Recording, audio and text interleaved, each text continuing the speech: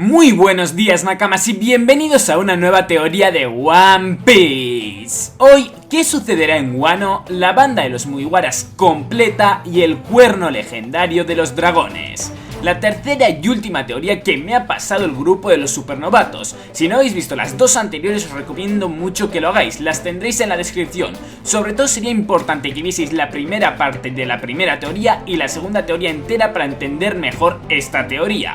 ¡Empecemos! Supondremos que ya están al tanto de las teorías anteriores porque influirán en mayor o menor grado para lo siguiente que desarrollaremos. Nos cuesta desde el principio anticipar el transcurso del arco de Wano Kuni siendo las posibilidades tan diversas. Sin embargo, haremos un esfuerzo para adivinar, como mínimo, cómo va a estar parado cada bando al momento del gran choque. Comencemos por dar una introducción en forma de análisis, que si bien no compete completamente a la teoría, creemos que para el fandom de One Piece en general es más que necesario, y lo ha sido desde que empezó el nuevo mundo, el nuevo Nakama. Un tema discutido, teorizado y batallado hasta el hartazgo. Aquí llegamos los supernovatos para proponer la resolución innovadora de todas esas discusiones. Es cierto que hay muchos candidatos para unirse a la tripulación, y todos especulamos una y otra vez con qué puestos pueden ocupar. A fin de cuentas nos damos cuenta de que terminamos creando puestos un poco rebuscados para seguir añadiendo funciones y dar más margen. Sabemos ya, por ejemplo, que Jinbei está prácticamente confirmado desde el próximo encuentro que tengamos con él.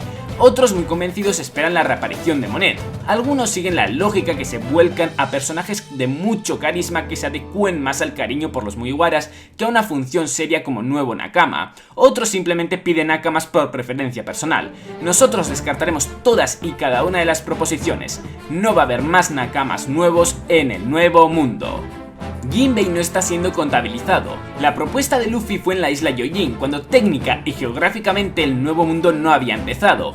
Oda, entre otras cosas, no es lerdo ni perezoso. El último Nakama que se unió a la tripulación fue Brook hace muchos años ya, y aún no se ha compenetrado lo suficiente. De todos los Mugiwaras es el menos popular. De modo que nosotros suponemos que Oda tomará la sabia decisión de no unir más gente a la tripulación. Primero, por la molestia que supone hacer a un personaje suficientemente carismático como para agradar al público, y segundo porque, por cómo se desarrollan los acontecimientos, una saga final aguarda pacientemente luego del término de la actual, y un nuevo Nakama necesita más, ¿cómo decirlo?, más capítulos, más viñetas, más convivencia con la banda y con los lectores para adecuarse al final de One Piece, no habiendo vivido todo lo que los demás tripulantes. Vamos a pensarlo con esta lógica. En la parte del paraíso tuvimos en promedio un Nakama por saga, a excepción de Skypiea que no tuvo ninguno. Esto se compensa con la gran saga de los Baroque Works, mejor conocida como Saga de Arabasta, donde tuvimos dos, Chopper y Robin. El nuevo mundo ya lleva 3 islas continuadas sin nuevo Nakama. Dressrosa, que tenía tantos nuevos personajes, parecía una candidata excelente, pero no pasó nada.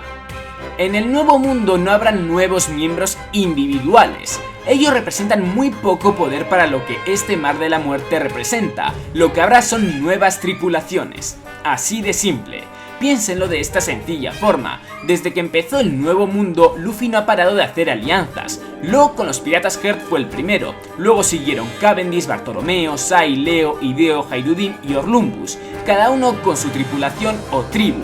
En tercer lugar estuvieron Inuarashi, Nekomamushi y Momonosuke, de los Minks y los samuráis respectivamente. Si reemplazamos la frase nuevo Nakama en nuestras discusiones por la frase nuevo aliado, entonces la lógica de mínimo uno nuevo por arco se cumple a la perfección. Considerando que nos encontramos en el mar final, el poderío militar es muy superior a las incorporaciones individuales, y a partir de ahora empezamos a teorizar no por nuevo Nakama, sino por nueva banda, tribu o armada aliada. Habiendo aclarado este punto, desde allí parte lo que sigue.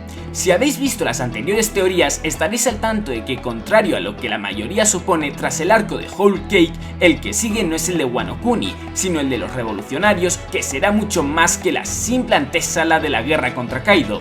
Deducir cómo empezará el arco de Wano Kuni implica deducir cómo transcurrirá el arco de los revolucionarios y qué personajes formarán parte de él. Empecemos por plantear la siguiente situación. El arco de Wano Kuni, siendo tal vez el más importante del Nuevo Mundo, antes del viaje final hacia Raftel, debe dar comienzo con la tripulación de los Sombrero de Paja completa. Esto significa que no esperamos a que llegue una fracción junto con Law, luego una segunda parte que provenga del Whole Cake y por último Luffy, quien ha de verse desviado hacia el inframundo para el arco previo. Implicaría tener que ponerlos a todos al día al igual que en Zou, y no pintaría muy bien. Tema adicional que, a diferencia de Zou, donde fueron acogidos con amabilidad, no pasará lo mismo en Wano Kuni. ¿Qué va a hacer el equipo de Zoro y Law? ¿Darle vueltas a la isla hasta que Luffy aparezca? Porque si tarda lo que tardó en llegar a Zou, Kaido y sus subordinados tienen tiempo de sobra para aplastarlos a todos. Ese es el punto. Se supone que el arco de los revolucionarios no tiene a Luffy como protagonista absoluto, sino a su padre. De esto resulta curioso que a primera vista pinte como un arco al estilo Marineford. Son asuntos de familia, más personales. Se creería que Luffy se dirigiría a ayudar a Sabo solo, pero con los precedentes que tuvimos la última vez que intentó eso, creemos que no volverá a arriesgarse. Ahora que tiene a sus nakamas, no exactamente unidos, pero sabe dónde están, y todos mucho más fuertes, Luffy se adentrará solo en el inframundo en un principio, pero enviará un mensaje al grupo de Law y Zoro para que den la vuelta antes de aventurarse solos a Wano Kuni, para regresar a darle una mano con una batalla tan difícil como lo será la de los dos ejércitos. En lo que este arco dure, suponemos que Nekomamushi ya habrá encontrado a Marco y convencido de unirse a la alianza, pase lo que tenga que pasar en el medio. Y entonces, a partir del final de este arco, partirán todos juntos hacia Wano Kuni. Especulamos que convocando también a la gran flota formada al final de Dressrosa, incluso seguramente con las bandas u organizaciones que se hayan unido previamente en el arco de Whole Cake. Véase, Big Mom tiene una gran flota, toda de piratas menores o supernovas que se unieron a ella al entrar en el Nuevo Mundo, viejos y nuevos por igual. Todos ellos tienen de esposa a alguna de sus hijas, que es la condición que ella impone para aceptar aliados, y por eso se explica que tenga tantas hijas. Diríamos incluso que estas son usadas descaradamente por su madre para ampliar su flota. Pues bien, con este panorama pensamos en cómo quedaría parado cada bando en la guerra.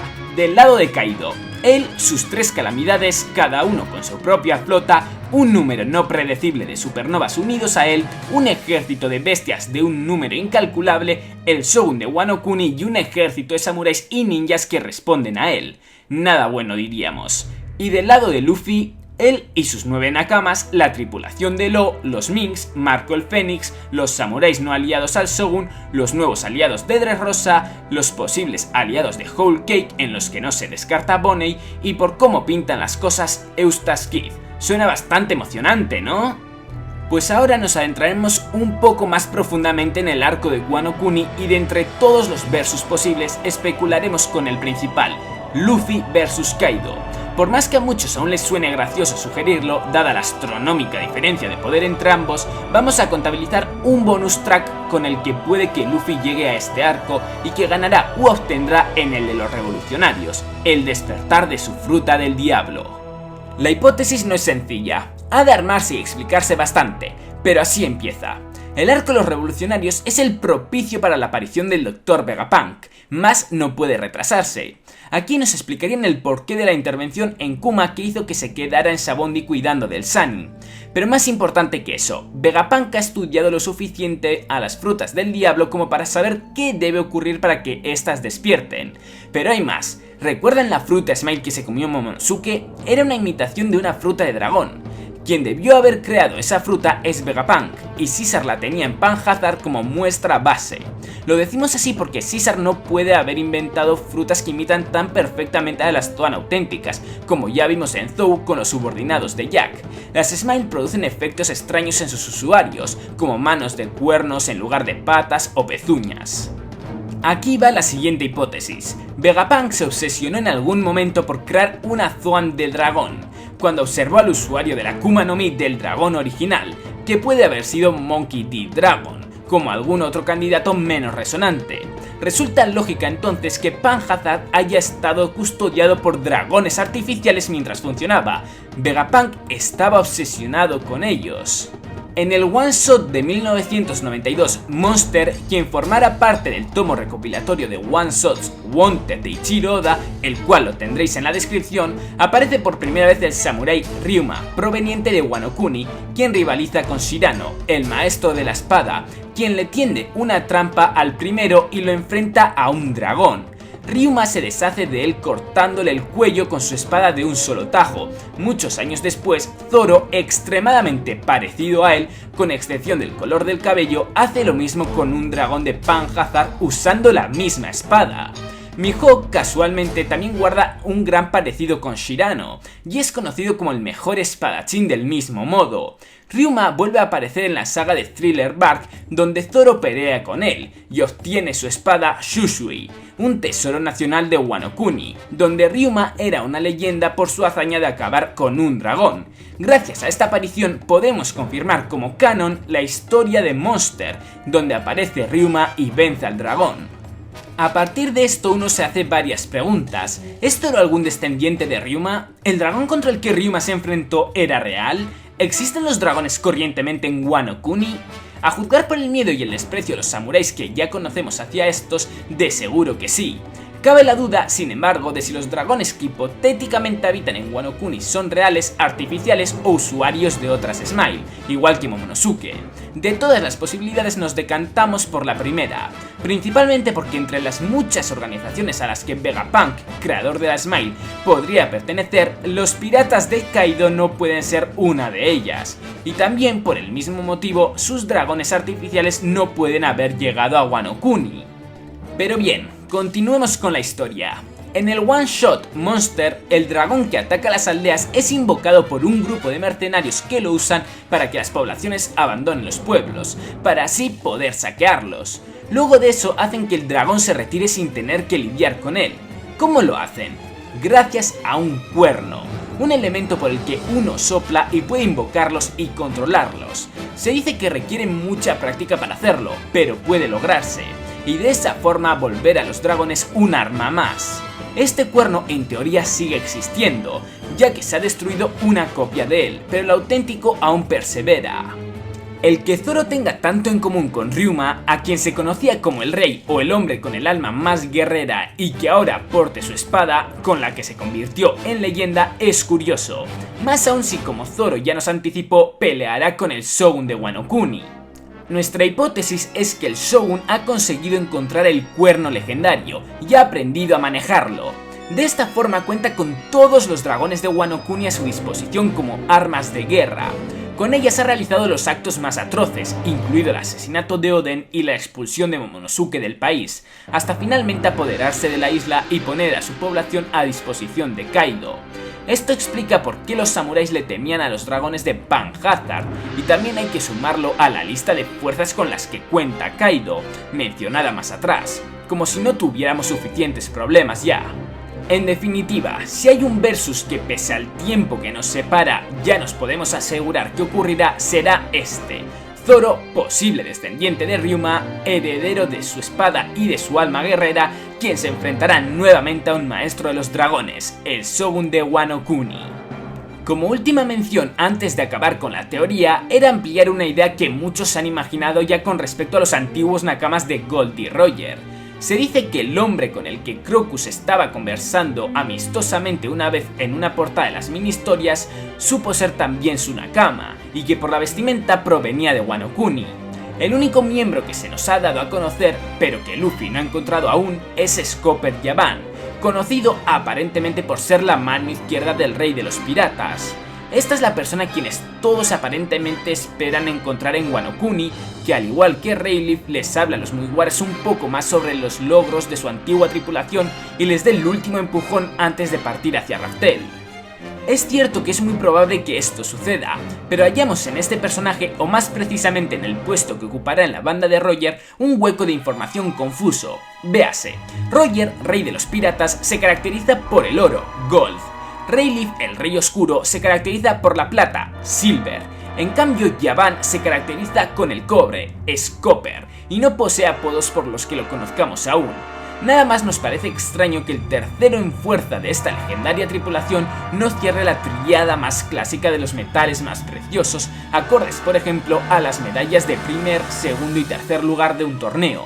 Simplemente eso, ¿por qué el tercero de esa tripulación no se apellida bronce, el tercer metal más valioso? Por esto deducimos que, en realidad, Yaban puede no haber sido el tercero en poder de la banda de Roger, sino que este sería otro personaje aún desconocido que falta por aparecer, en cualquiera de los arcos de la gran saga de la guerra contra los Yonkous.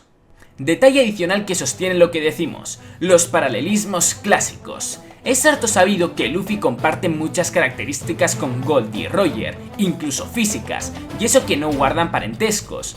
Zoro, por su parte, luce ligeramente parecido a Rayleigh, sobre todo si observamos la cicatriz en su ojo derecho, que muy coincidentemente es igualita. Siguiendo este patrón, lo cierto es que no encontramos nada de nada que puede trazar un paralelismo entre Yaban y Sanji, siendo ambos los terceros en poder, a menos que, como acabamos de decir, Yaban no lo haya sido realmente. Pues hasta aquí han llegado todas las teorías que me han pasado los supernovatos, que aunque pueda no estar de acuerdo con todas, me han hecho pasar un buen rato leyéndolas, como espero que lo hayáis pasado vosotros mientras me escuchabais. Sobre todo lo que más me ha gustado ha sido lo del cuerno del dragón, ya que yo ya me había leído esos one shots, porque tengo el tomo recopilatorio en físico y no se me ocurrió que lo pudiésemos ver en One Piece. De verdad que os recomiendo mucho que lo leáis, el cual os repito que lo tendréis en la descripción, y sobre todo cuando es canon para la historia. Otra vez muchas gracias a El Rey Okama, Tamagotchi, el 12º Supernova, Frikio P, Deep Blue, Roronoa Mike y Bronze Karu por pasarme estas teorías, y espero que si en un futuro hacéis más me las paséis para que las pueda compartir con mi público. Pues hasta aquí ha llegado el vídeo, Nakamas. Muchísimas gracias a todos por esos más de 50.000 suscriptores. Puede que el miércoles en el vídeo de preguntas y respuestas anuncie un especial, por lo que estad atentos a ese vídeo. Como siempre, agradecería muchísimo que le deis un buen me gusta, que apoyaseis a tope el vídeo si os ha gustado. Os recuerdo que podéis mandarme vuestras teorías a mi mail, mediante mensajes por YouTube, ojo, no comentarios, mensajes, o mediante mensajes directos por Twitter. Recordad que tenéis mi Twitter en la descripción, en el que os informo casi al instante cualquier novedad importante de One Piece y de cuándo salen los spoilers y los capítulos del manga, tanto en inglés como en español. Y ya por último, agradecería muchísimo que os suscribieseis para ver muchísimos más vídeos de One Piece. ¡Hasta la próxima!